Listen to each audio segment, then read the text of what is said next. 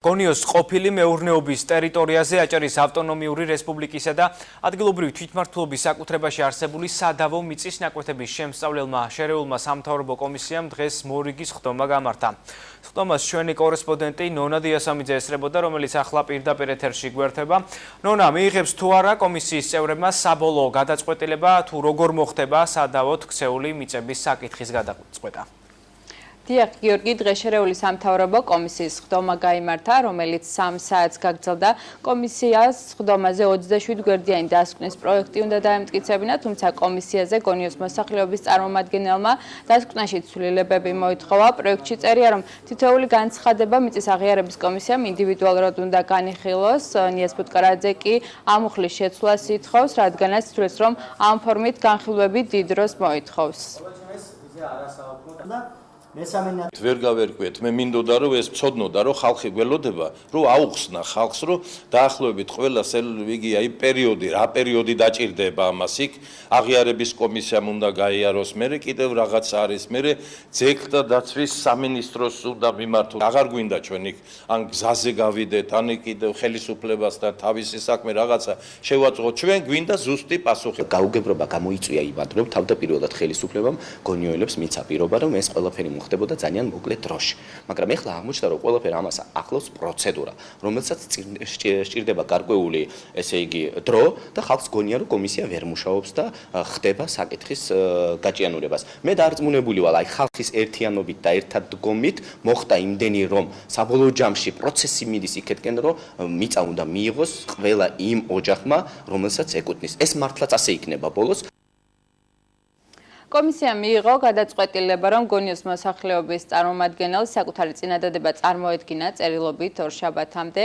აქვე მას განუმარტეს, რომ შერეული სამთავრობო კომისია მიწის აღიარების კომისიის მუშაობაში ვერ ჩაერევა და ვერც განცხადებების განხილვის ვადებს განუსაზღვრავს. მეოთხე პუნქტის მესამე თავთან დაკავშირებით გადაიდოს ხდომა, რომელიც გულისხმობდა საკითხის ინდივიდუალურად განხილვას, რომელიც იყო წარმოდგენილი კომისიის დასკვნის პროექტში და იყო ერთ-ერთი წინადადება წარმოდგენილი, როცა მოითხოვდნენ, რომ საკითხი განხილულიყო კოლექტიურად. შესაბამისად ეთხოვათ კომისიის საკუთარი პოზიციები წარმოადგინონ. ამასთან დაკავშირებით და ორშაბათს 4 საათზე ალბათ კიდევ ერთხელ შეიგროვება კომისია, რომელიც საბოლოო გადაწყვეტილებას მიიღებს. კომისიის მუშაობაში ჩართულია სხვადასხვა წყების წარმომადგენელი, მათ შორის არასამთავრობო სექტორის წარმომადგენლებიც არიან, ასევე კულტურული მემკვიდრეობის და ძეგლთა დაცვის აგენტოს წარმომადგენელიც, რომელიც კომისიის დასკვნის პროექტის ნაწილს არ ეთანხმება. ვფიქრობ, რომ კომისიამ ნაყოფიერად იმუშავა დასკვნის იმ ნაწილში, რომელიც ეხება გონიო აბსაროსის მუზეუმ-ნაკრძალს, როგორც კულტურული მემკვიდრეობის მნიშვნელოვან ძეგლს. აქ ჩვენი პოზიცია არის ოდნავ განსხვავებული. ჩვენთვის თავარია შეუნარჩუნდეს ძეგლის სტატუსი გონიო აბსაროსის ციხეს და მასზე მიმაგრებულ მიწის ნაკვეთს. ვინაიდან რომ არა ეს გამოიწვევს და დაუცველ დატოვებს ციხეს და განადგურების საფრთხის წინაშე დადგება უძველესი ნაქარაქარი.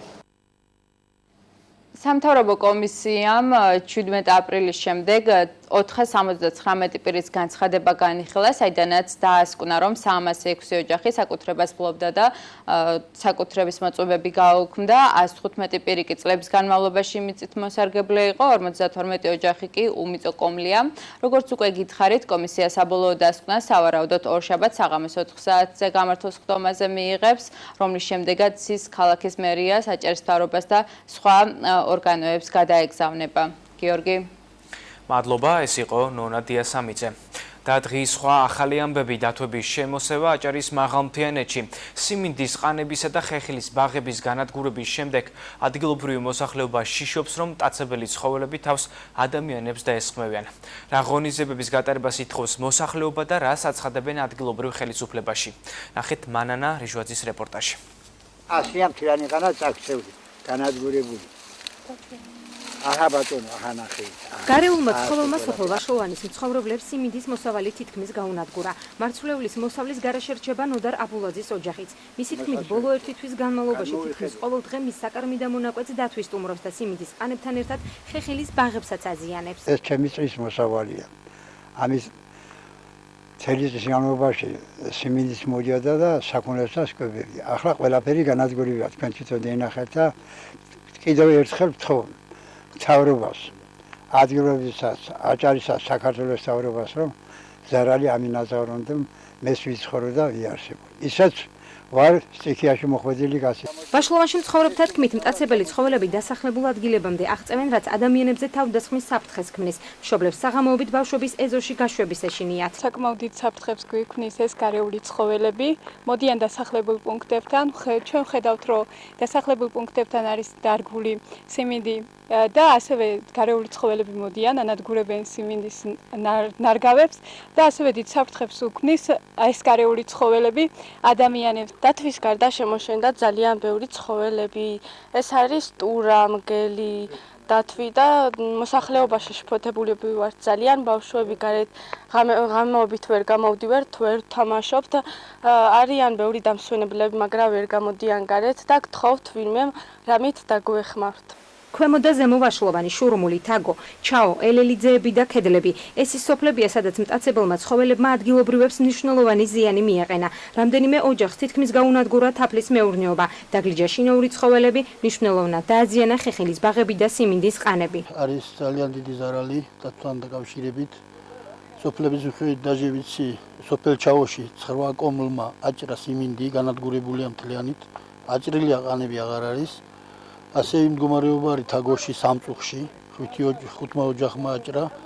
ასეთი მდგომარეობა არის მელაძიების უბანში 12 ოჯახი, ზედავაშლოვანში არის 4 ოჯახი, მეელის უბანში არის 2 ოჯახი, რომელმაც ერთმა აჭრა და ერთი აჭრას აპირებს.